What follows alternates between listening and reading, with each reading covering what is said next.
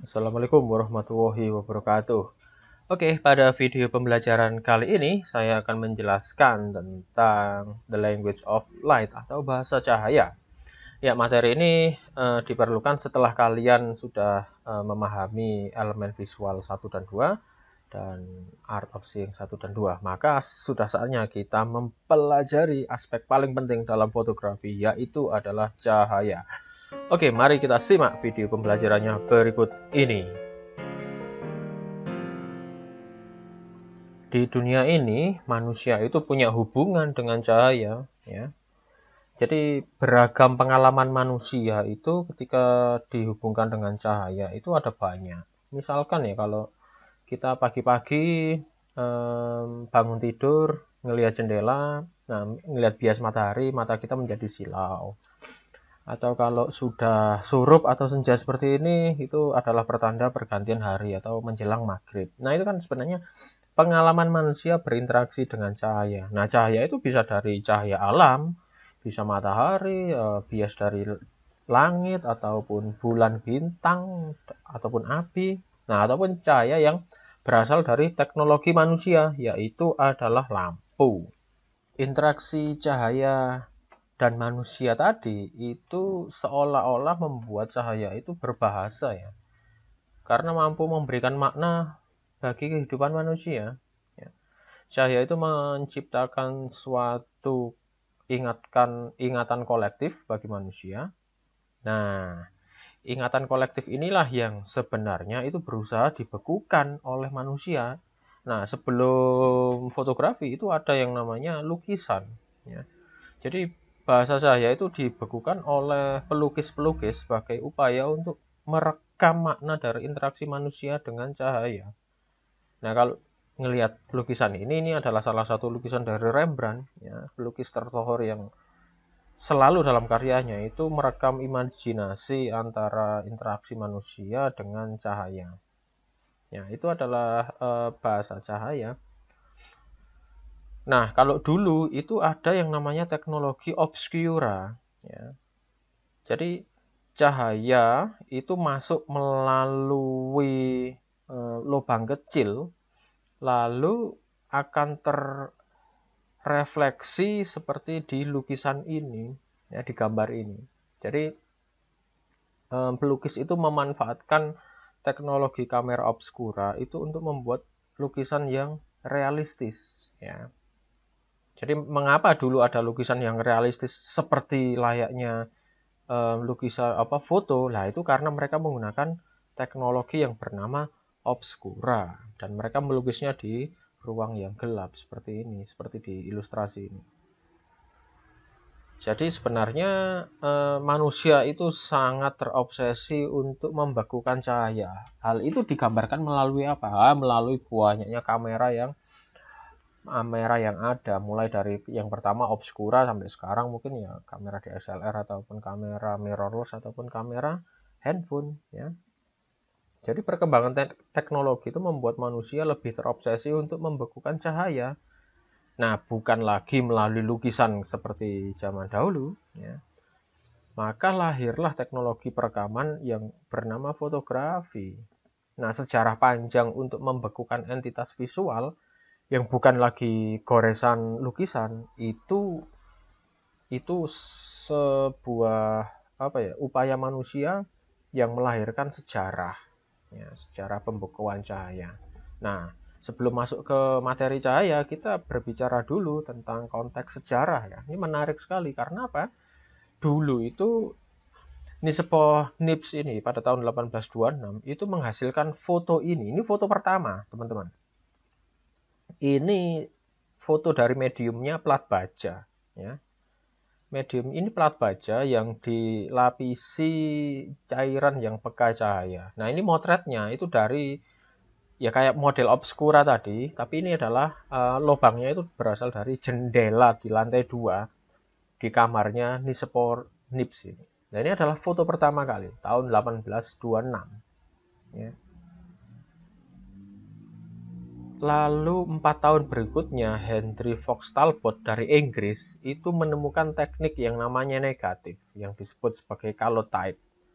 Nah, medium rekam ini bukan lagi baja berat, besi berat seperti punyanya Nispor Nips nih ya, tapi sudah diganti dengan kertas ya, yang dilapisi oleh klorida perak. Nah, ini adalah cikal bakal klise atau negatif. Nah, 9 tahun berikutnya, Louis Daguerre dari Prancis ya, itu membuat foto ini dengan lempeng perak. Ya, lempeng perak yang positif, yang peka cahaya. Jadi hanya membutuhkan waktu perekaman 10 menit untuk menghasilkan foto ini. Kalau ini masih lama, dan ini masih sangat lama. Butuh hitungan jam untuk membuat dua foto ini. Nah, kalau Louis Daguerre itu sudah mempercepat proses penciptaan gambar di plat silver ini.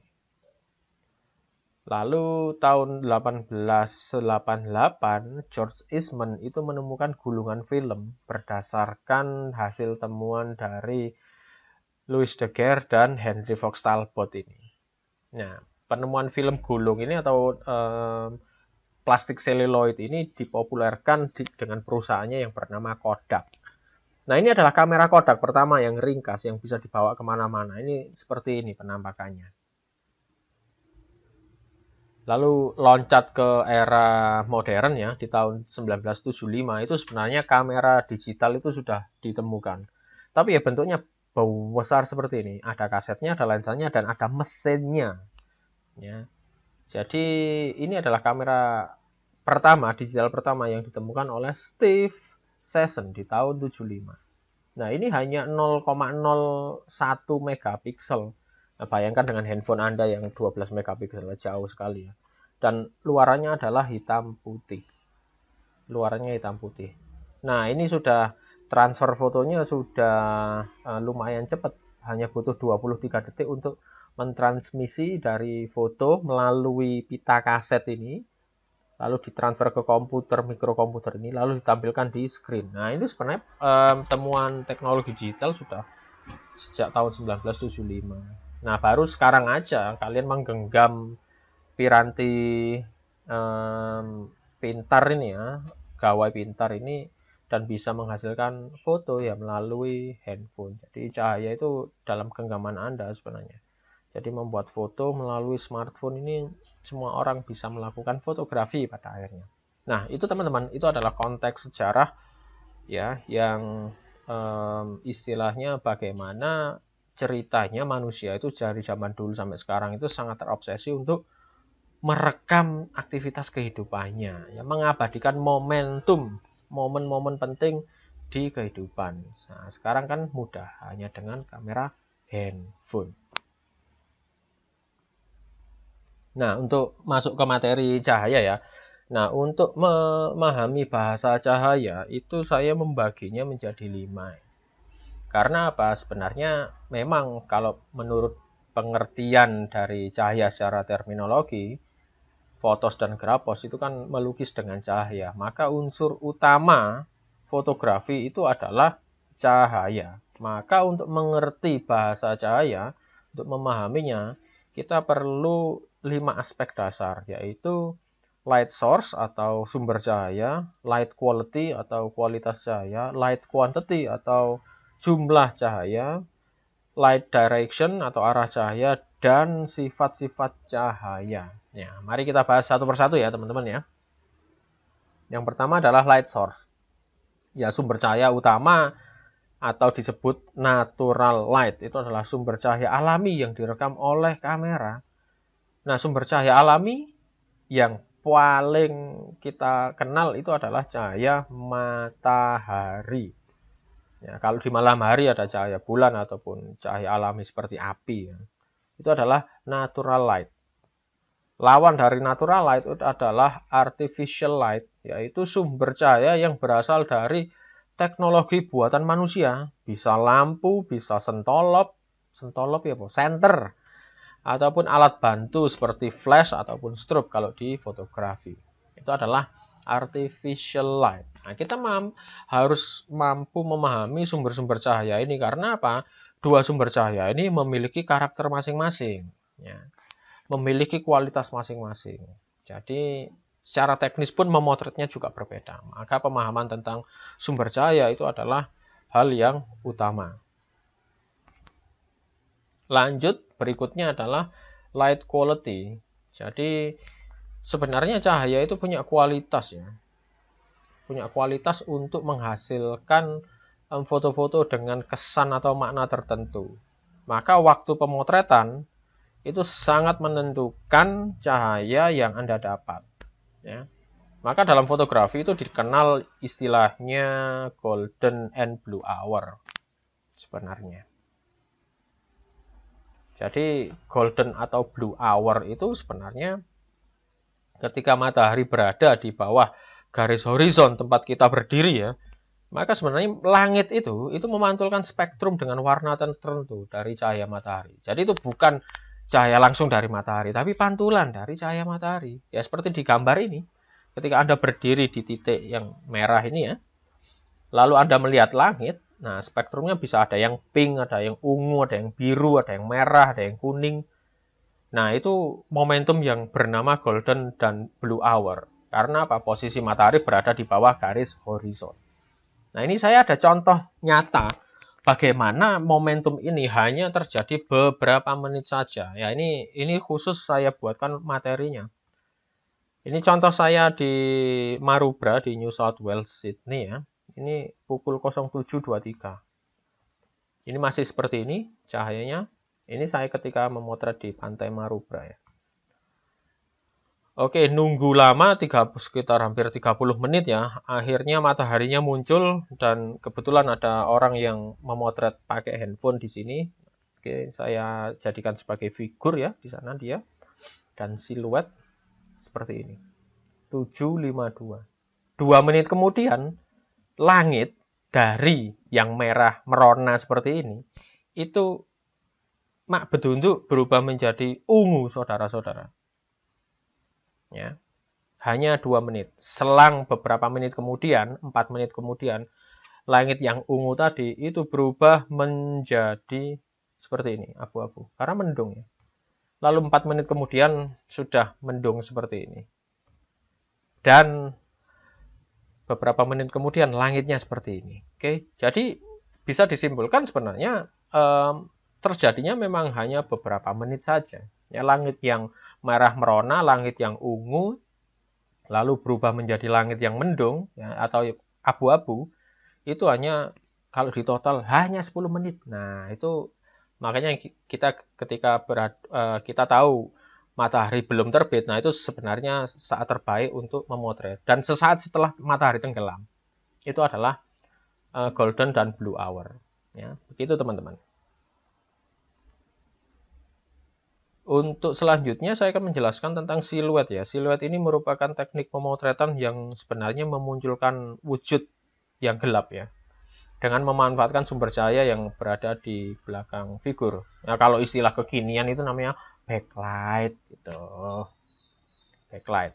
Jadi sebenarnya kalau secara fotografi ya, kalau konsep fotografi, sebenarnya cahaya yang berada di belakang figur itu satuan ukurannya itu 5 stop lebih terang daripada figur, sehingga foreground ataupun apapun yang ada di depan sumber cahaya itu bersifat gelap ya, bersifat underexposed.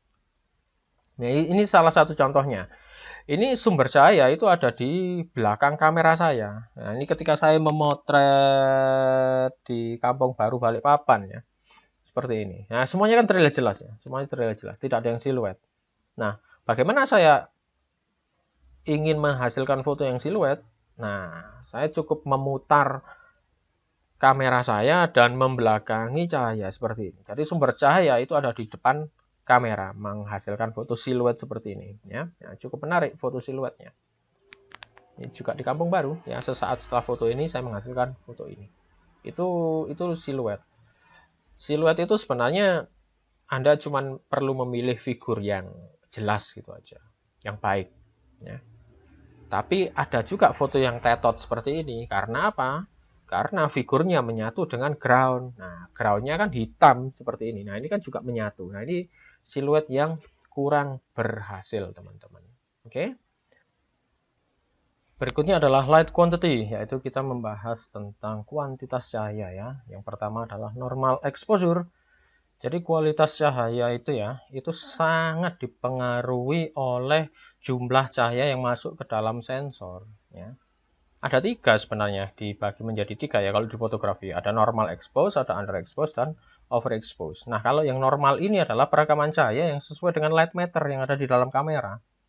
Nah, mengapa dianggap normal oleh kamera? Karena foto Anda itu nanti hampir sama dengan yang dilihat oleh mata telanjang. Jadi, misalkan foto ini ya, saya berdiri di depan pantai seperti ini, di tebing seperti ini, saya memotret. Ya, saya memotret dengan normal expose. Nah, ini yang saya lihat. Nah, itu yang namanya normal exposure. Nah, berbeda dengan overexposure. Overexposure itu adalah perekaman cahaya yang melebihi batas normal di light meter kamera Anda, sehingga fotonya jadi jauh lebih terang. Ya, wash out seperti ini, terjadi ada kayak selaput putihnya seperti itu. Nah, karakter khasnya adalah foto cenderung mengarah ke warna putih lebih terang daripada yang dilihat oleh kasat mata. Jadi yang dilihat oleh kasat mata saya ketika motret ini, ya ini tidak seperti ini. Yang saya lihat adalah warna langit itu jauh lebih biru dari yang sebenarnya. Ini yang tidak saya lihat adalah ketika saya melakukan overexpose, ya ini yang tidak saya lihat adalah warna putih seperti ini. Nah, sama halnya dengan foto ini. Saya tidak melihat warna putih terang benderang seperti ini, tidak. Nah, ini adalah overexposure dari kamera. Ya. Jadi ada sedikit manipulasi lighting di sini sehingga warna yang dilihat itu jauh lebih terang. Ya. Light quantity berikutnya itu adalah underexpose. Jadi perekaman cahaya di bawah angka normal light meter kamera Anda. Nah, sehingga menghasilkan foto yang lebih gelap seperti ini. Nah, kalau di aslinya saya bisa melihat si Goals ini dengan terang, ataupun bapaknya yang lagi makan ini terang sekali. Ya. Dan warna air lautnya itu tidak segelap ini. Nah, itu yang dinamakan underexpose. Sehingga memberi underexpose itu memberi nuansa yang jauh lebih gelap daripada yang dilihat mata kita. Nah, ini bentuk manipulasi, iya sebenarnya. Bentuk manipulasi lighting untuk menghasilkan foto-foto yang lebih memiliki kontras seperti ini. Ya, seperti ini saya memotretnya di Soekarno-Hatta pakai kamera handphone. Ada figur gambar seolah-olah mau duduk di kursi gitu ya. Nah, itu kalau tidak saya underexpose, maka yang samping-samping kelihatan. Nah, ini tidak saya mau, maka saya melakukan underexpose. Ya. Jadi, light quantity ini juga sangat mempengaruhi cara Anda untuk memotret, teman-teman. Jadi, perhatikan ya, light quantity ada 3 tadi ya. Normal expose, underexpose, dan overexpose. Nah, untuk berikutnya, yang perlu pahami teman-teman adalah sifat-sifat cahaya. Ya, sifat-sifat cahaya ya tidak perlu secara fisika ya, tapi kita memahaminya dengan secara garis besar saja bahwasanya cahaya itu kan sifatnya kan merambat lurus ya. Lalu itu yang disebut sebagai direct light kalau di fotografi, ataupun diffuse light. Cahaya dapat dibiaskan atau dibelokkan oleh benda-benda yang tembus cahaya seperti plastik mungkin atau awan ataupun yang lain. Ada juga yang sifatnya reflected light atau cahaya itu dapat dipantulkan. Nah, ketiga sifat ini itu sangat mempengaruhi hasil foto yang akan kita hasilkan. Contohnya seperti ini. Diffuse light. Jadi cahaya matahari ya sebagai natural light paling utama ya. Itu adalah bisa rata karena terbias oleh kumpulan awan yang ada di langit. Sehingga jatuhnya cahaya ke subjek itu sifatnya merata, tidak terlalu keras, dan tidak membentuk bayangan yang solid, yang hitam, seperti contoh berikutnya ya. Nah, ini sifat dari diffuse light. Nah, beda halnya dengan direct light seperti ini. Saya memotret beliau itu kondisi langit itu sangat cerah sekali. Ya. Cahaya tersebut, cahaya matahari tersebut langsung jatuh ke orang ini. Ya. Nah, itulah yang namanya direct light. Ya. Ketika cahaya matahari itu langsung mengenai objek, itu akan menimbulkan kontras yang cukup tinggi. Ya, sifat cahayanya pun keras dan akan menciptakan bayangan yang solid. Bayangan yang solid di mana? ya yang di daerah yang tidak terkena cahaya. Maka di sini ada area gelap terang. Sangat berbeda nature-nya dengan ini. Ini ya. Diffuse light rata. Kalau direct light seperti ini menimbulkan efek gelap dan terang. Itu untuk diffuse light dan direct light. Oke. Kita lanjut ke light direction ya. Arah cahaya itu sangat menentukan kualitas foto Anda juga. Ya, terhadap suatu subjek atau objek, arah cahaya itu bisa datang dari mana saja, teman-teman. Bisa datang dari samping, depan, belakang, atas, ataupun bawah. Ya, tapi saya akan membahasnya dari hal yang paling umum saja, yaitu top light. Ya, arah datangnya cahaya yang paling umum kan dari atas, karena pengalaman manusia berinteraksi dengan matahari itu kan matahari berada di atas, bulan berada di atas. Maka itulah pengalaman kita. Jadi top light itu memang secara umum kita tahu bahwasanya cahaya itu ada di atas. Maka lampu pijar ataupun lampu yang ada di rumah Anda itu pun juga posisinya di atas. Karena apa? Menyesuaikan dengan pengalaman manusia. Nah, coba bayangkan lampu pijar ada di bawah. Jadi lampu penerangan itu ada di bawah. Nah, kan itu tidak umum. Ya. Side light itu juga menghasilkan satu foto yang tidak umum sebenarnya, lebih kontrasnya lebih tinggi. Seperti contoh foto ini. Jadi cahaya yang dari samping itu memang tidak dekat dengan manusia karena jarang sekali Anda melihat suatu objek yang dicahayai dari samping.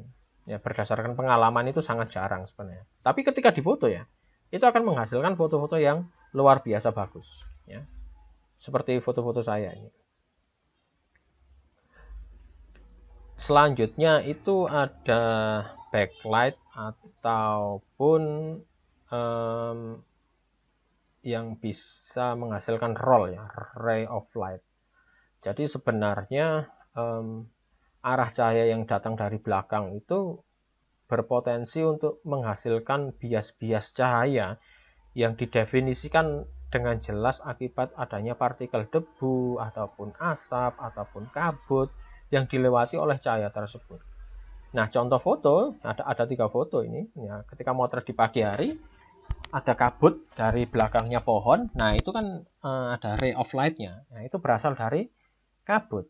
Ataupun saya memotret slang ini ya, Ivan Slang ini belakangnya ada cahaya dari lampu-lampu. Nah, kalau cahaya dari lampu itu akan terdefinisikan arahnya ketika mereka berinteraksi dengan partikel ini asap ya, seperti itu. Nah, kalau sumber lampu yang tidak ada asapnya ya dia bunder saja, bulat saja, tidak ada garisnya. Ataupun yang sebelah kanan itu berasal dari debu. Ya, sebuah pabrik yang saya foto di Pasuruan. Ya, seperti itu backlight. Ya, backlight yang berikutnya paling gampang ya, sudah saya jelaskan tadi, itu akan menghasilkan foto-foto yang siluet. Oke teman-teman, untuk pemahaman tentang cahaya, harapannya adalah Anda mampu menghasilkan foto-foto yang jauh lebih baik dan jauh lebih bermakna sesuai dengan pengalaman hidup Anda. Oke, terima kasih teman-teman sudah menyaksikan video pembelajaran ini.